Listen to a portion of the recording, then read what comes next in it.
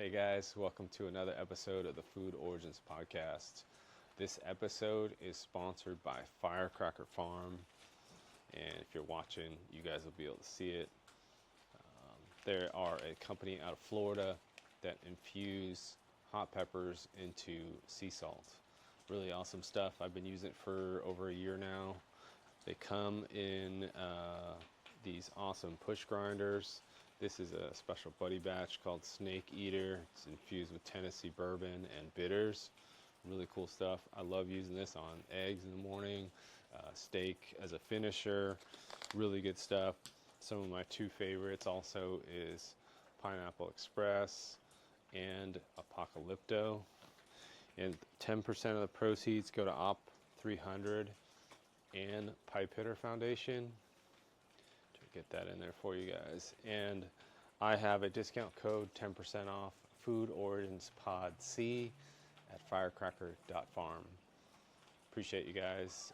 Thanks for listening. It's an awesome episode. All right, everybody. Got my friend Mike Lever on. Welcome to another episode of the Food Origins Podcast. I'm going to give an intro for Mike, but, one thing to let everyone know is Mike was very instrumental early on when I was thinking about even starting this podcast. And we basically had a conversation almost 3 years ago, probably a little longer, over coffee, just running through some ideas, what I was going to do after I got out of the department. And, I love food, love talking to people about their origin stories. And this is the idea that we came up, and here we are 50 plus episodes later, and Mike is here. If you guys don't know, Mike is the CEO and founder of FieldCraft Survival. Spent 18 years in the U.S. Army as Sergeant Major in Special Operations and OGA. He's got a national bestseller book called Prepared. If you haven't read it, go check that out. There's something here about balloon boys. Anyways, we'll skip that one. It's an inside joke if you guys don't know about that one. He's founder of Wolf 21. He's got a wellness company there. Founder of American Contingency. He's on a show with Ironclad with Andy Stump called Focal Point, going over basically weekly issues that are going on. Yep. And then there is also a Field app, which puts out all their education and training on a application, and so much more. Thanks, Mike, for being on, and, appreciate you. Thanks for having me, man. It's been a long time. We had those conversations probably longer ago than 3 years. I think you were just ready to execute at that time period. We probably started chatting about that even before that. Yeah, for sure. I mean, I was training with you when you were coming out to California, driving that 4Runner all over the place and teaching on the flat range, putting miles on that thing. And we were talking about different stuff. And then a couple of years later, all of a sudden I got hurt, and it's like, oh, great. Like what to do. And you had transitioned out already and started to work into business. And so that was it was awesome to have that conversation with you. Yeah. Yeah. It was good times, man. So we all know you're from, you grew up in North Carolina. Why don't you tell us about that? Give us your background, ethnicity, and what was it like growing up there, and what'd you eat as a kid? Yeah, it's real crazy because, my parents were divorced really young, and my dad moved to Florida. My mom moved to North Carolina, and my dad's side is super country. Like, I grew up eating super Southern food, like greens, butter beans and cornbread, salmon cake. Everything's fried. Everything's got Crisco in it. But very, very much so a traditional Southern menu was at my grandma's house. That was just the baseline. I also, with my dad, we just, either he was gambling the money away or just wasn't prioritizing health and wellness or good food. Man, I feel like nobody was in the 80s because everybody was eating Captain Crunch and microwave dinners. So I I didn't have an amazing food experience. We ate out fast food 3 times a week. It just was not healthy. And every once in a while, he'd bring home venison from a hunt. And we did eat a lot of fish because my dad's a big fisherman. I grew up fishing with my dad probably at least 3 times a week my entire life as a child. And we go in the port, or it's not a port, but it's like the bay of that part of Florida and catch catfish.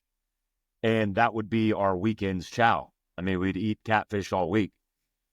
So in the combination of like living in poverty and then, not being well off, we were getting creative with food. Even like ramen. I mean, man, I eat ramen 2 times a week. Again, not as a luxury. Like I eat ramen now once a week because it's a luxury. I'll eat like top ramen, like not top ramen, the company, but like the best kind of the version of ramen. But because I can, not because I have to. But he would get creative, like chopping up hot dogs and onions and putting Parmesan cheese on dry noodles because my dad didn't like the soup, unlike how I like it now. And there's no complaints. It was just a different experience. Like marshmallow fluff, pimento cheese on Wonder Bread was like every single week. That was like my packed lunch.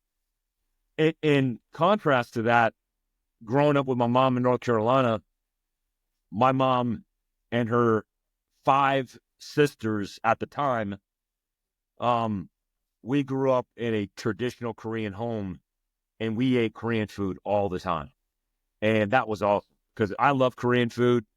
All my aunts used to own several Korean restaurants and businesses. So I ate good.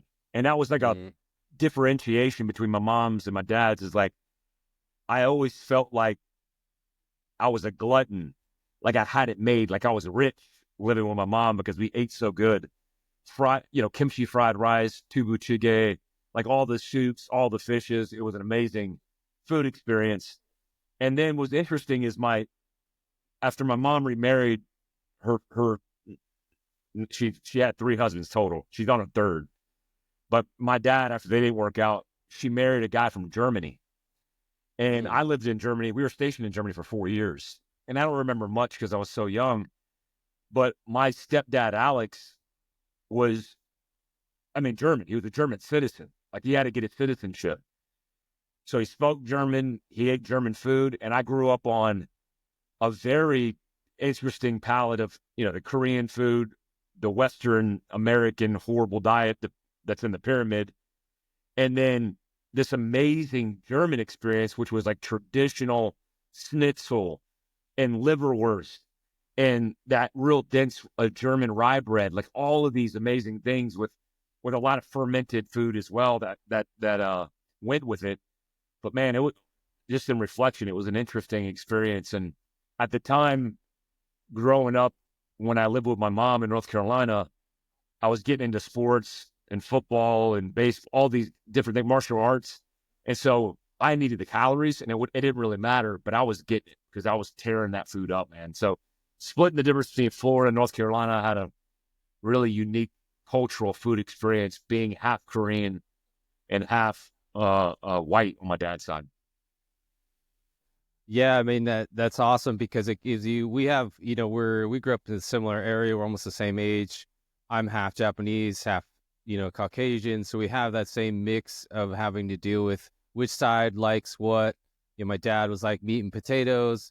Mom's like, well, we can have ramen, we can do teriyaki chicken, or we can have these. We would do a lot of salads with daikon or cucumber, some more odd things. And even my brother talks about bringing the onigiri, which is the rice balls with seaweed around it that are usually filled with something, old school samurai snack. And he'd bring that to school and everyone's looking at him like, what are those? Like, I have a ham sandwich with American cheese on Wonder Bread or whatever the hell. Bologna. Right. And they're just like, what is that?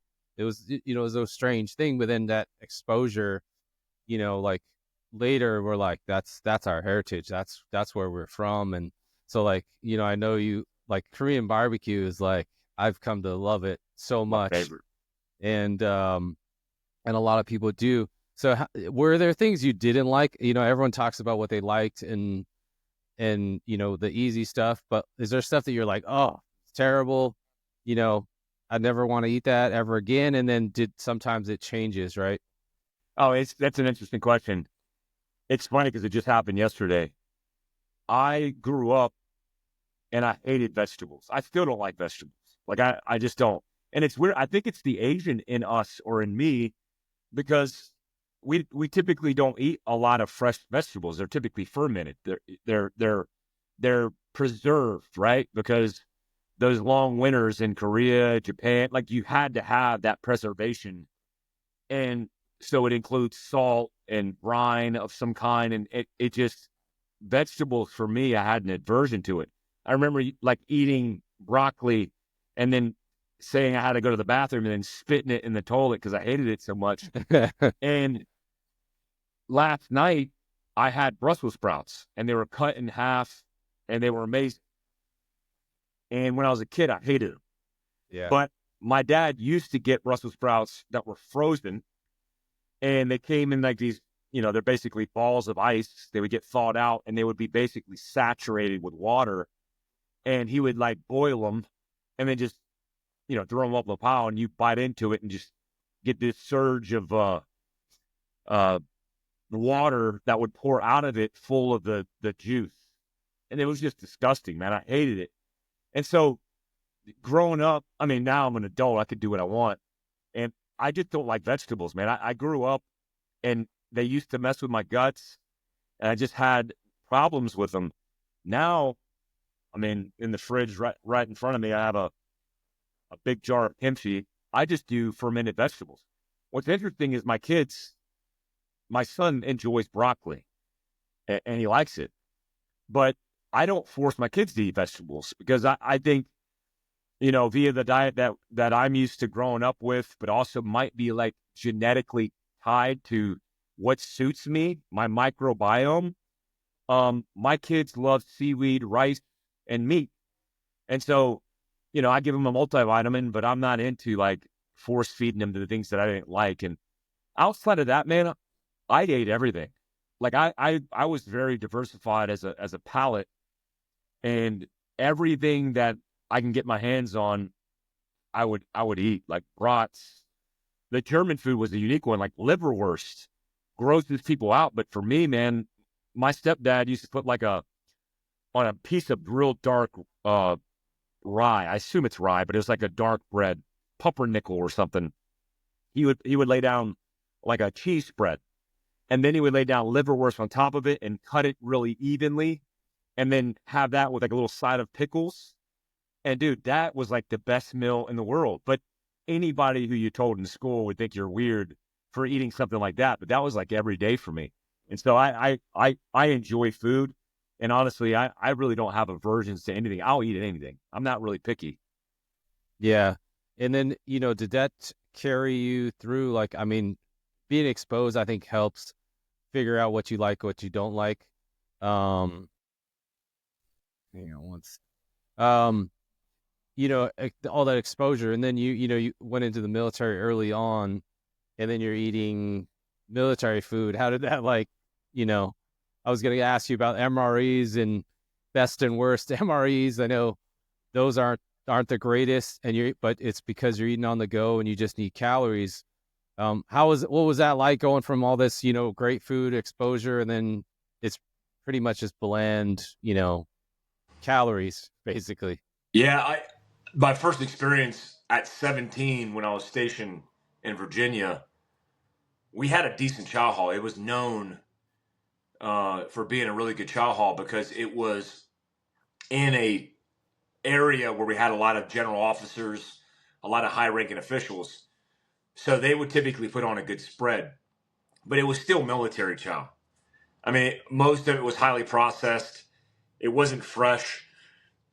They're opening up saran wrap or some kind of plastic thing to like pour the meat into like the pan to heat it up. So we call it mermite chow. It's similar to mermite chow, but here's what's something that's funny. I talk about this all the time about how like when I was in the military, when a lot of guys were focused on going to nightclubs, getting drunk, screwing around, I just didn't have an interest in that.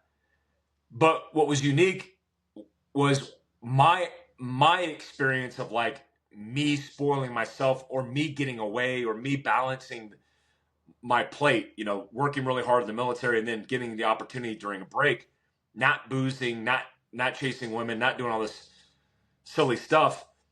I would go to Whole Foods, and I was broke because I was a private in the Army, but I would take whatever money I had, I would go to Whole Foods, and for the weekend, if I got a Saturday and Sunday, I would get enough food for Saturday and Sunday. And I remember getting like, like at Whole Foods, they got the salad, and you get the plastic or cardboard box, and you go around and you get all the good food. I would remember loading it up with, soybeans and tofu and steak and good rice and fermented vegetables, all this good food. And I would pack it out, and I would literally go to my room and enjoy that meal watching a movie or something. And that was like my habit, my routine. I would get like a yogurt parfait too, which was like a big deal because it had a dense amount of calories and it was good. It tasted so good. So I would always go out of my way to spoil myself in eating really good whenever I had the opportunity. Military food across the board is gross. Some special operations units I served in the time period I was in the military, about halfway in, they started transitioning to a healthier food option for operators because they're like, hey man, these guys are like elite athletes and we're feeding them this garbage. We need to have more protein, more vegetables, more healthier whole foods. And I was part of that process, and it really turned around, I would say, in the senior part of my military profession, and gave me a good run to the end. In Ranger School, for example, they give you meals ready to eat. But I went through a winter class, and you get one meal a day. But they augmented our meals with a long-range patrol ration, which was dehydrated meals, essentially camp food. So it wasn't like that pre-made sludge that looks like gravy that's in a plastic package that you just if it was cold, you just kind of had to make your way through it by dumping Tabasco sauce or whatever you could on it. The long-range patrol rations was like sweet and sour pork, and it was dehydrated and you added water. And man, it was delicious. It was amazing, especially when you're starving in Ranger School. That's probably why it was so good. But they also gave you what was called a hua bar, HOOAH, hua bar.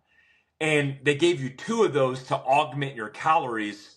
But those hua bars were amazing. They were like pre-Cliff Bar and tasted better than a Cliff Bar.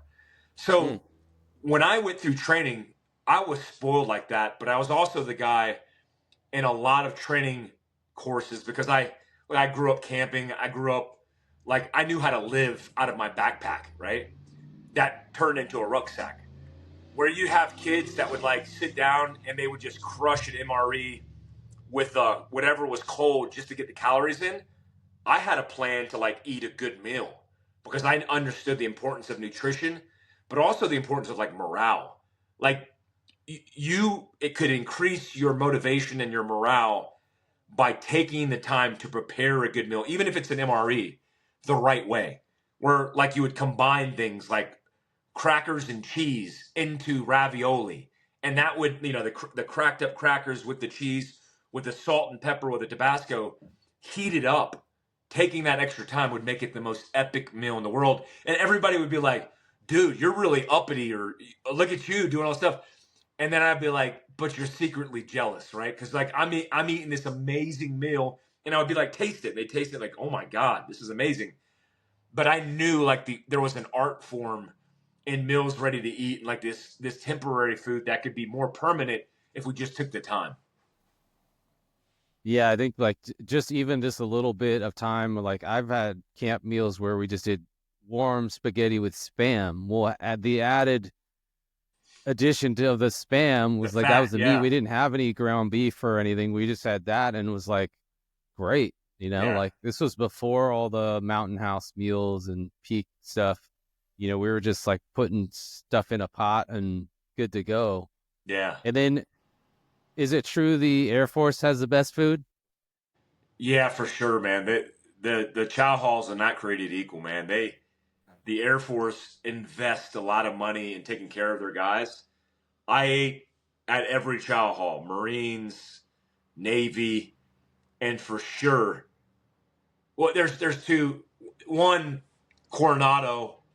When I was a senior E7, I stayed on a Coronado base with the SEAL teams for a bit, and those dudes ate like rock stars. Like the Navy food was like the students who were going through buds were eating the same food, and I'm like, no wonder you guys are studs. No wonder you guys are in shape. You guys eat no matter you can eat unlimited amounts of food in their training course. When in the Green Berets and Special Forces selection, dude, you have like 2 minutes to eat. You're limited, and you can't get all you can eat. So you couldn't even pack on the pounds. They restricted you for food because it was part of like the assessment process, which is weird. But the Air Force, by far, man, the Air Force chow halls are like restaurants. I mean, they have menus in Air Force chow halls, which is so crazy. That's wild. And so, like, I asked, shout out to, we were supposed to sit down back in February and ended up sitting down with Greg Lapin, which was awesome. And I asked him the same question. What was the meals like starting to travel when you started getting deployed out and, being all over the world? What was that like? Did you have some epic ones? And even on your own, if you had some personal time, did you have an awesome meal? Or did you have a really bad one? You're like, ugh, like, it's tough. I know it's tough because you're on the move, you're on the go. It's mission first, and then everything else is second. But what was that like? Well, most of our rotations that were in Iraq, for example, we were typically always near a big base of operations. And so we would take the time, and we couldn't eat 3 meals a day because we worked reverse cycle. We worked at night. Most of the time, we would drive to a chow hall and eat at the best place within reach. So every at least dinner, we would wait. I mean, based on the rotation, which was most of them, we would wake up around 3 or 4 in the afternoon, go to dinner, and that would be breakfast. So you're eating like a full dinner meal as your first meal. We wouldn't really eat a lunch, which would be at midnight, and then we have like a half-ass breakfast at the local base. So the breakfast that was our dinner, the dinner that was our breakfast was super good. Really good food in Iraq and in Baghdad. Some of the best meal experiences I had was when we were doing joint ops with the Iraqis, and we would eat at the Iraqi chow hall. And they had like fresh eggs, fresh bread, fresh things, where in an American chow hall, everything would be processed. So they didn't have the logistical training to bring in processed foods to serve. They go out and like skin a chicken. Here's what's really cool is like I did a lot of sniper stay behind missions. Not a lot. I just did some. But in those sniper stay behind missions, there was one trip where we were locked up in this guy's house for 3 days. It might have been 4 days. A long period of time. And oh my God, this dude's running a chainsaw right outside my window. I can reload. Let me relocate. It's all good. No, he's back on it. So, Okay. So this guy, we basically, for lack of a better term, we hold him hostage, and we're like, hey man, like we're going to be in your house for a period of time. We're looking for bad guys, and he was like, yeah, no problem. Like I support America. You guys are good guys. Whatever you need. And so most of the houses that we stayed in were like abandoned buildings. Maybe they had somebody in there, and for sure we weren't eating. So this guy goes, hey, do you want to eat something? And we're like, yeah, sure. As long as we can kind of monitor him cooking, we'll be okay, right? So we make sure we're not getting poisoned. Right. Yeah. So when we got on the target, when we got in the house, we locked down everything and we set up a sniper hide upstairs in one of the windows, looking down on this other building where this bad guy is supposed to be. So we're trying to identify him. And we rotate sleep cycles, like one guy up, one guy down, and then one guy on the radio. And then we rotate through that. So not many guys in the house. When we got there, this dude had chickens all over the place, and he had kids. And so this guy's a family man, and he's got like these big chickens, and they're pets of the kids. And so we say, yeah. Well, you could do some food or whatever you want. We're thinking like, this dude's going to make some, I don't know, oatmeal, porridge, some maybe rice. This dude does a full spread of the best tasting chicken and rice that I've ever eaten. And this thigh and leg combined is like this big. And we haven't eaten in like a couple days. And we're starving. This guy breaks his stuff out. And I'm like, dude, this is like the best chicken I've ever had. This is like gourmet. We don't eat like this at the base. And I'm like, where did he get the chicken? And he goes, those chickens that you saw, I slaughtered them. And I'm like, your kids' pets? You slaughtered your kids' pets? He goes, yeah, we can get new ones. That's no big deal. But like, I remember that because of his kindness, but also because we were starving and we were desperate for food. And it's like, he knew he was like in good hands and secure with us. He wanted to take care of us. And so he used that food to kind of bridge that relationship. And it was super effective and super cool. The best food experience I ever had was working for the CIA. Like wherever we went, the CIA had chefs. These were hired chefs that were Americans that used to be chefs that the CIA hires to bring in the country to cook food. We had a chef in Yemen where he would smuggle in yeast to make beer and bread. And we would do, every Friday night, we would have a beer tasting because we would brew our own beer. And he would use that yeast that he used to make the bread dough, to make the beer, to make the bread dough, to roll out to make the pizza. And we spent, dude, tens of thousands of dollars to make a brick oven pizza, like oven. And every Friday we would get fresh vegetables, fresh meat, fresh cheese, roll out the dough, and spend time together like making this homemade pizza with a beer tasting. And it was like a professional beer tasting. Like, hey guys, this is the new, stout that we made here at the Abbey. We called it Aiden's Abbey. It was amazing. And every single place that I went, Libya, Iraq, Pakistan, Yemen, that had the CIA chefs there, was the most amazing food experience ever. Because those dudes really cared, really wanted to take care of the Americans, and made the best food I've ever had. Yeah, that sounds epic. And then the fact that he was sliding in the secret ingredients to get in there and make bread and beer, which we didn't think, a lot of people probably wouldn't even think of doing that. I mean, yeah, he would smuggle in grain in bags, of course, and then malt, and then yeast in like little little jars of yeast that we would use to change the profile of the dough or the beer. It was pretty amazing. Yeah, that's awesome.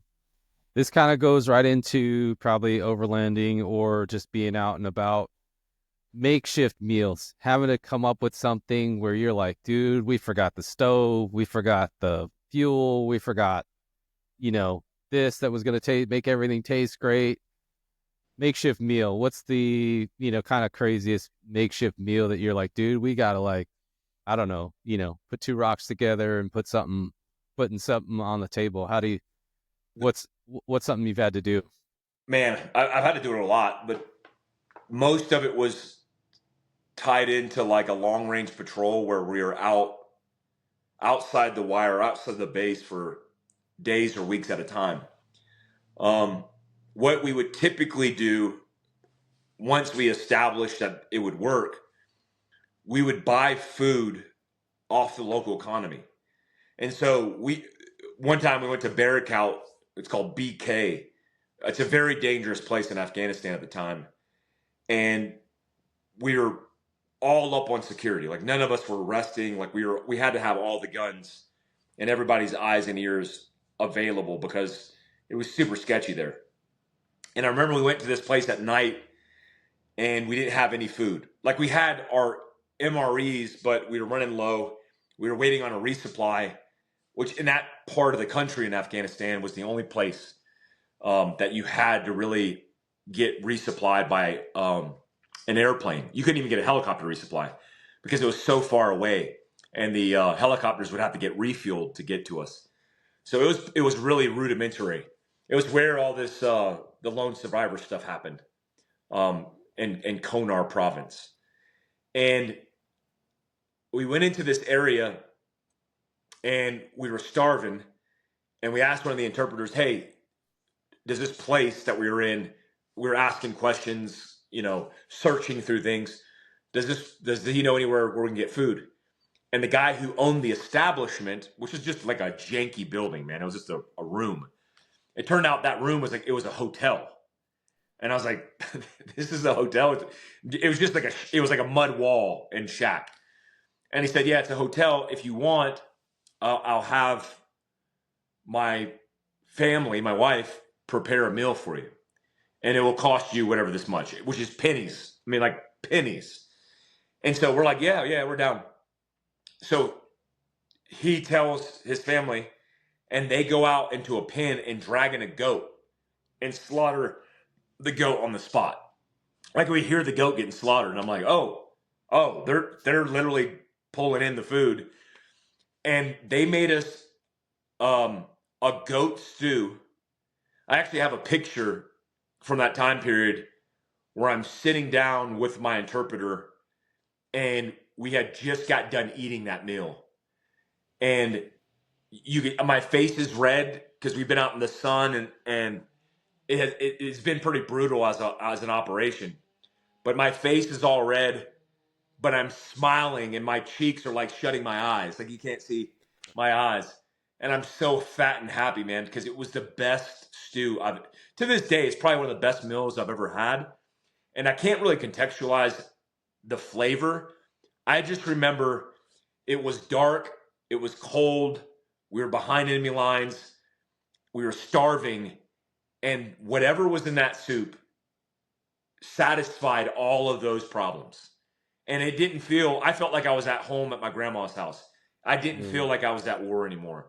And so that's what food has the ability to do. Just even in the worst times throughout history, it could be the bombing of London during World War II. It could, whatever it is, it's like a meal can change your entire mindset. And that meal, man, to this day is like one of the best meals I've ever had. Very remote like. I've had that same experience in Libya with camel. I've had that same experience in Yemen with nuts and berries and honey. Like just all this rudimentary food, especially, which is my favorite. We call it COTS, commercial off the shelf. Buying things COTS, commercial off the shelf, is my favorite experience. Lastly, like in Libya's in relationship geographically close to both the Mediterranean and Italy. So the diet is very, very Mediterranean. The grocery store we used to go to was all Italian food. So every week I would take my guys to the grocery store and we'd use funds to buy all these groceries, and we'd make the most epic Italian meals with like the best olive oils, the best breads, the best pastas, the best sauces. And I felt like we were literally in Italy. The coolest thing, to put the cherry on top of that experience of that deployment in Libya, which was 6 months, was on the way home. I got to stop in Rome, Italy for a week and just, take in all the good food and all the good sights and sounds after that rotation. Oh, that's awesome. And then getting into Makeshift, what is something that you've had to do probably, out in the field? You've done a lot of camping trips, a lot of overlanding. What is your, go-to food that you bring with you? And something that you usually how you make your food out there? Well, my favorite thing to do is like Europeans, like a lot of European partners would do. I just popped in my head. I used to eat Korean food in Afghanistan. We can get into that. Okay. I like to have whole foods in the field. So where guys would just default to camping food on like a 2-day, 3-day trip, I'm like, guys, we're not in Afghanistan. Like, we could actually go get butter, ghee, real good meats, grill vegetables, all these different good foods. I'm also a hot sauce snob, and a salt snob. You know, I like these ultra hot pepper salt pusher. Alex. Yep. From Alex. It's like one of my favorite tools, but I have one of those, and I typically have the pineapple salt, which is amazing. And I like taking like whole foods and just churching them up. So backstrap from elk, I typically pull from my own freezer. Backstrap from elk, jalapeno elk sausage that has pork fat, ghee, butter. Oh, it's right. Oh my God, it's within arm's reach. Oh, you got it. What are the odds? It's sitting right here on my counter. Shout out to Alex. He sponsored me. He sponsored my podcast this year. Firecracker Farm, but you can get this online. And I carry the little packets when I go camping. I have like 6 of these too, because I got them in every rig and at the house.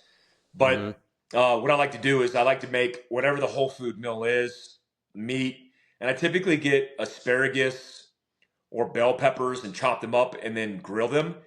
The magic to all of this is the hot sauce, which I use Joe Rogan and Andy from Half Face Blades, their hot sauce, which is pretty expensive, but it's got truffle in it. It's like amazing. I sent you that one. Yeah, you got me. I'm the plug for that one. Yeah, I'm like, I pay like $100 a month just to get, because now a little bit ain't gonna suffice. I gotta dump, like, same with this, like a couple pushes, and I'm like doing this, like Parmesan cheese. Yeah. Do you have the brick as well, the bigger one? Oh no. If not, we Firecracker Farm. Yeah. No, I need to get that. Yeah. So I mean, shout out to Eddie. Eddie Gallagher is the one that introduced me to it. Yeah. You know, early on. This is like a year plus ago. Yeah. And I was like, "What is that?" And he's like, "Oh, this is Alex's company." And I was like, "Oh, it's great. It's salt. You need it, and then it's spicy. So if you can handle it, that push grinder is perfect." And you know, everyone's been seeing us use it and play with it. And I use it every day. I use it in in all my meals. All my meals involve like heavy protein. Like I'll do eggs and, you know, it's great on eggs. Yeah. Sliced banana, yellow bell peppers.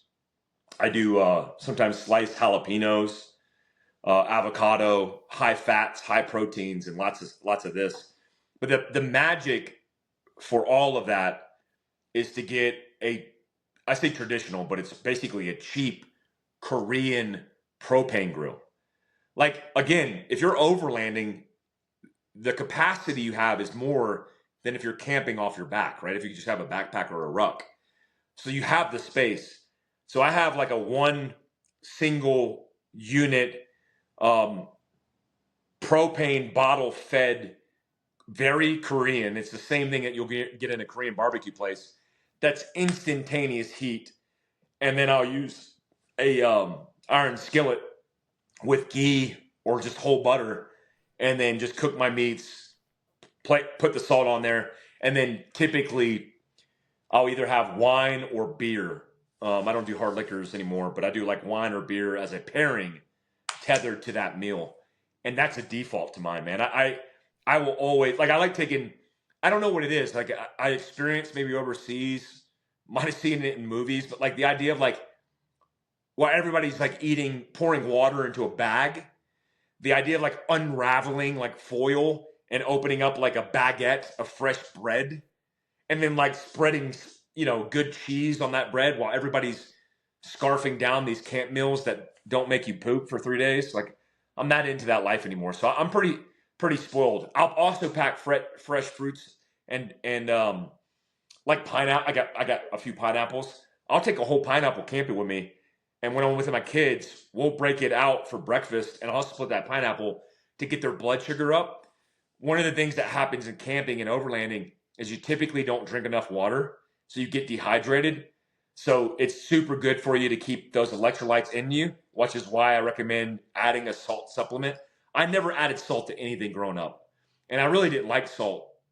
And then I started doing endurance events and then drinking Element and started realizing there's massive benefits behind this, which is why I nearly use it on every meal, and just dispelling the urban myth that somehow salt is bad for you.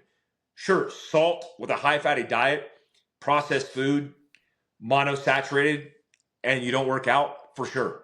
But if you're active, salt's super important. Yeah, 100%. And like the electrolytes has become a huge thing, especially right now. Huge. It's like you trying to drink water and you're going right through it. It's definitely not enough. Yeah, you got to have salts. You got to have electrolytes, potassium, sodium. You got to have that. Getting into, and then just a short thing with Senior Lechuga, Nico and Lauren are the ones that came up with that sauce for Andy at Half Face Blades. So good. And I started cooking that I met them like 3-4 years ago. Talk to Andy, of course. If you got any of his knives, they're epic. But like that sauce is so good. I mean, I've touted it as the best hot sauce on the planet. I mean, it literally is. I think it literally is. And that's why Rogan picked it up, and that's why he was like, I want to put my name on it. And then he's got 2 others. I don't know if you've tried the other 2, but he's got some with like this Urfa chili, and then he's got one other one. So those are actually really good too. It is the best. So shout out to Nico, Lauren, and Andy for all that. Getting into homestead kind of stuff. What do you got going on with that these days? I know you're building. Are you building a pole barn or something? It's good. That's what the chainsaw. That's what the chainsaw interruption was. We're doing a traditional like 1800s pole barn, and we're using old cedar that used to be treated telephone poles. That a telephone pole that was utilized in the 60s was typically cedar with a very defined notch in the middle. The heart of that, and all of its concentric rings, tells the story of a real dense longevity in the wood. That's really important because now they use different means and methods to blow out trees, and then you'll get a gap space in between the rings. That is not going to last as long as this dense wood. In fact, the guy cutting with a router to try to trim off the ugly part of the black pole that it is, broke 7 chains on his Husqvarna chainsaw. Actually, it's a steel chainsaw. I don't want to. Steel's the best chainsaw. He broke 7 chains on that wood, and those became the uprights. The whole point is I want a shelter for both my alpine goats, and I'm doing merino wool. I'm doing sheep because I want to start shearing sheep. I'm getting a loom. I'm getting a whole training course on how to shear sheep, and I'm going to raise those sheep on this property, which is a small property, because I want to become more self-sufficient at specific things. Like I have a whole bunch of Pendleton, and the first time years ago when I looked at my Pendleton wardrobe, because I love wearing things that are American made, but also have a story, a tradition. Pendleton wool ranches and farms used to produce American-made wool out of Washington State and Oregon. Now it's all made in China. It's all made overseas. And that grosses me out. Like wearing a shirt that has a tag that's a $100 shirt that has wool in it and reading that's made in China. I don't care if it was sheared in Oregon and then shipped to China. It's still made in China. I don't want to put that on my body, and I don't want my kids to grow up that way. So the big things are a whole bunch of projects to get more food, self-sustaining food on the property, which includes probably about 30 chickens I'm adding in spring, but alpine goats for hunting and also sheep for shearing. And then I plan to make blankets and probably just wool undergarments just for my family. I'm not doing it for business. I'm just doing it for myself. Yeah, that's awesome. Getting into back to Korean food, what are your favorite Korean dishes? And then you were going to talk about some Korean cooking too. When I was in Afghanistan, I I was in a very remote base on my first 9 months trip to Afghanistan. And this remote base in the middle of nowhere, I would go back to the main base.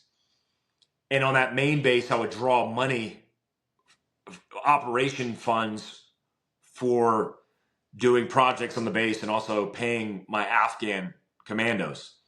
So I had to go back once a month, and I hated to do it because I didn't like to fly around Afghanistan. I mean, just in that my 9 month rotation in my area, we lost 3 Chinook helicopters that were shot down. And so I didn't want to be one of those guys, but I sucked it up, went back to the base, spent a couple days there, and each and every time I would go into this Korean restaurant because the Koreans had a small signature. They had like a little med base. And then they had Korean food on that.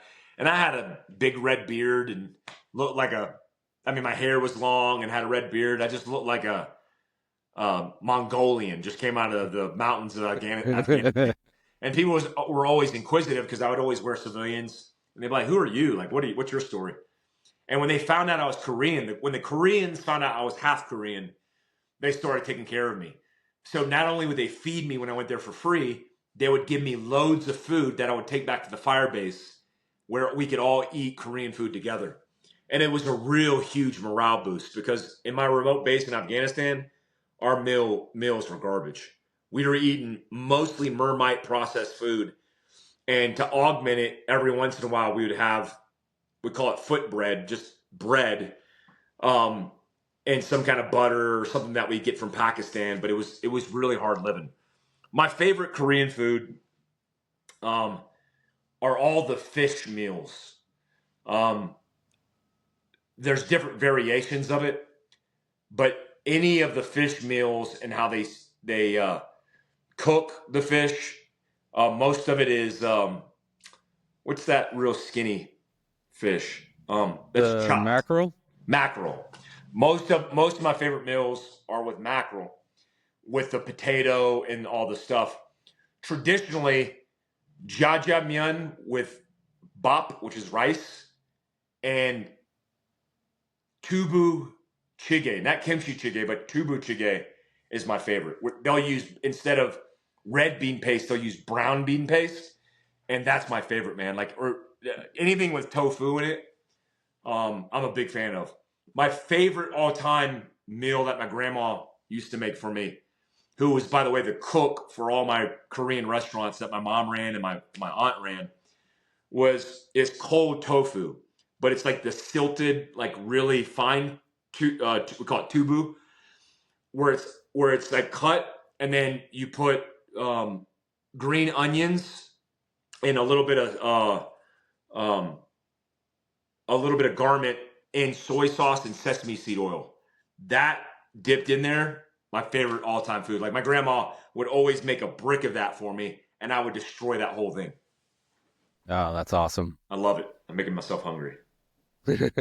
I tell everyone, if you're listening to this hungry, you're in trouble. Yeah, you're gonna. This eat podcast is all. We're always going into all that stuff. Yeah, I mean, there's a Korean place. Not that you'll go there, but they're in San Francisco. They make a fish dish with egg. So they dip it in an egg. It's not really egg battered because it's not fried crispy, but they just pan fry it in egg. Yeah. And then they serve it to you with a sauce, and it's super so good. good, man. Little rice, Yeah, all the banchans, right? All the little side Cali dishes. has the best Korean food for sure. I mean, it might as well be a little Korea. I mean, it's just you're not getting good Korean food in Utah. So you're gonna have to make it, which I've been making my own kimchi recently. But you're definitely gonna find some of the best Korean food and best food overall in California for sure. Yeah, especially it started in LA and then moved its way up. That's right. 100%. There's I'll send it to you later and probably put in the show. There's a Korean grocery that will deliver to your house, by the way. Ooh. So there's some things that if you're looking for and you can't get, yeah, they'll just ship it to you. Oh, that's I just awesome. found it the other day. Getting into kind of some of the issues at hand that, you're very well versed in is supply chain issues. We dealt with that during COVID with everyone freaking out about stuff going to the store. What do you see us going forward? I know we've talked about it. You and I talk about it. We support a lot of small farms, which is one of the best things to do. Small business that are closest to you, so you can get to them very easily. They can ship to you very easily. What do you see issues with, and what do you see the future like supply chain? Look, I think supply chain as a whole is very fragile. I mean, fragility is the best word to describe logistics in America, period. Because we have an abundance of dependence in local grocery chains that have a very, again, fragile system that supports and keeps the distribution rolling. Anything, including natural disasters, strikes, normal stuff that you see, shuts down these supply chains. And because there's not a big, there's typically not a big surge to the market in some of these events, you don't see it. You don't see it as a consumer.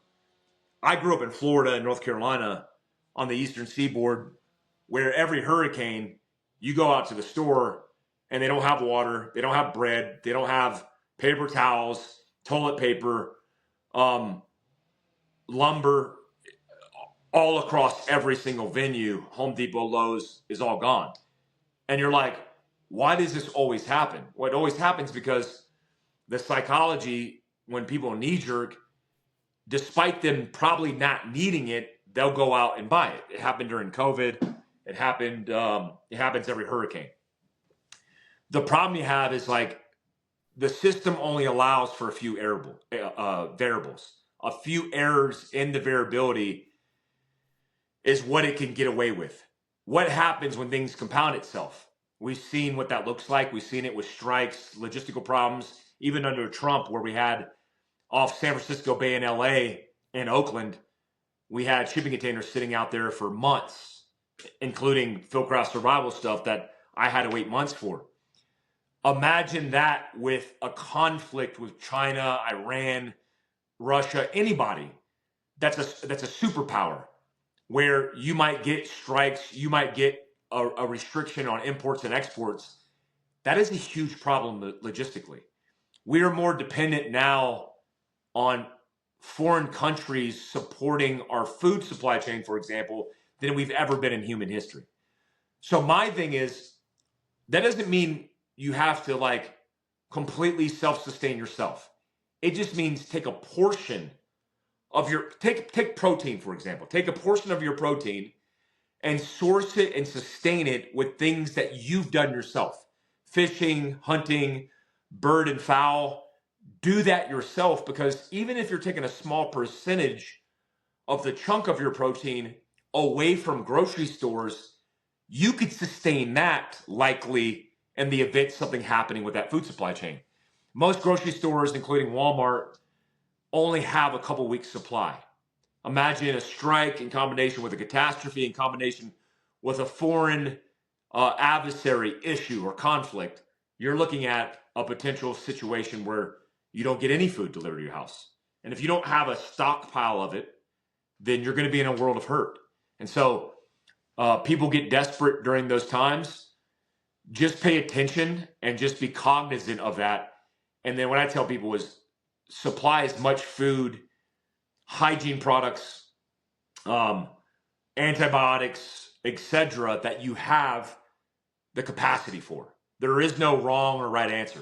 It's like if you have a closet and you're not using it and you want to invest in your future and your security, then stockpile it. I mean, or don't. But I would recommend doing it.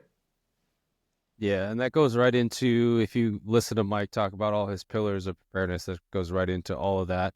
And I think that goes right into, my friend Doug, who strength and conditioning coach, was talking about a game day prep. When shit hits the fan, that is your game day prep. What's in the house, what you can grab and take off and go with. I know you've got plans for a ton of wellness focus, especially with everything that's going on with you this year and everyone else. We're all going through it. Always trying to get better, always trying to feel better, get stronger, faster as we age. What is your wellness focus, and what are you looking to do 2025? Yeah, the biggest focus for me is on myself. And you've known me for years, like every year if you'd ask me that, it would have to do with something else, somebody else. And I think that's important, right? You have to take care of people around you. But if you're not mentally and physically well, then you're not going to be able to take care of anybody else. So paramount for me is getting on a routine and striking a really good work-life balance that works. I'm not one of those entrepreneurs that doesn't sleep, because I know what it does to me. It breaks me down and doesn't allow me to function properly. So I'm not getting 4 hours of sleep. I'm going to get 8 if I can, 7 to 8 hours. I'm starting off this year with a lot of wellness, focused on hot sauna, cold plunge routines, meditative practice. I just did a session this morning with my buddy Ben Light, who is a ultra marathoner, ultra endurance athlete that's training me up for a 50 miler in August. I've done one solo before. I've done a lot of rucking in the military, but after a series of back injuries, a whole bunch of social and family issues, I want to get back to the basics and just good food, being healthy and well, getting good sleep, and then building and reconditioning my body, which at peak was optimized for performance. Now I'm just optimized for getting out of bed. Like I feel good if I'm getting out of bed. I'm going to start building those blocks back. I'll document the process, and hopefully crush this 50 miler and continue to do more and more to challenge myself personally. Hell yeah. Excited for that. Some fun questions before we close it out, and then I'll leave the floor to you. EDC, everyone talks about EDC, but there's a ton of videos you've done on EDC. We don't need to know what's in your fanny pack. We already know that question. What is your favorite thing in the kitchen that makes your life easier? Favorite thing in the kitchen that makes my life easier is probably my rice cooker. I have a Kushin, very Korean, very Asian rice cooker that talks, that tells you I have now 69 hours on the latest batch, which is too long, so I need to refresh it. Look, rice, probably because I'm Asian, but it's a staple of my family's diet. Every meal, even breakfast, we have a little bit of rice. And so I don't like carbohydrates. It's not healthy for me. It's not healthy for my family. It spikes your glycemic index, and it just tears up your insulin receptors. And I don't like that feeling of surging blood sugar. But rice, partitioned the right way, can be like a clean carbohydrate. And that rice cooker gets used more than anything because it's part of every single meal. A close second is probably this, because my kids even eat this with their, like, it's weird. Like when I was a kid, I never touched salt, but like my kids eat this on avocado in the mornings. So between my rice cooker and my salt shaker, those are the staples of like success in this kitchen. Yeah. And then you know, I got to throw in bachans in there too, since we That's my found favorite that out. hot. Literally on my dinner table every night. My kids eat it with everything every single night. Yeah, and I sent you some of the new dipping sauce. I'm halfway. Oh, in the So bottle, it's a little thicker. Yeah, it's the black label one. it's already gone. Yeah. Yeah, that stuff goes so fast. The big bottle I got in that, it's already halfway full.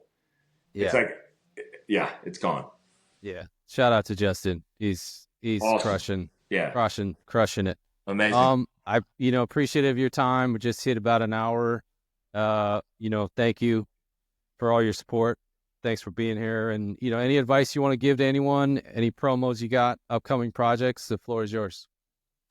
No promos or anything, man. I just say, hopefully people are making resolutions, because at least for me, and I feel like a lot of people, it's not been easy.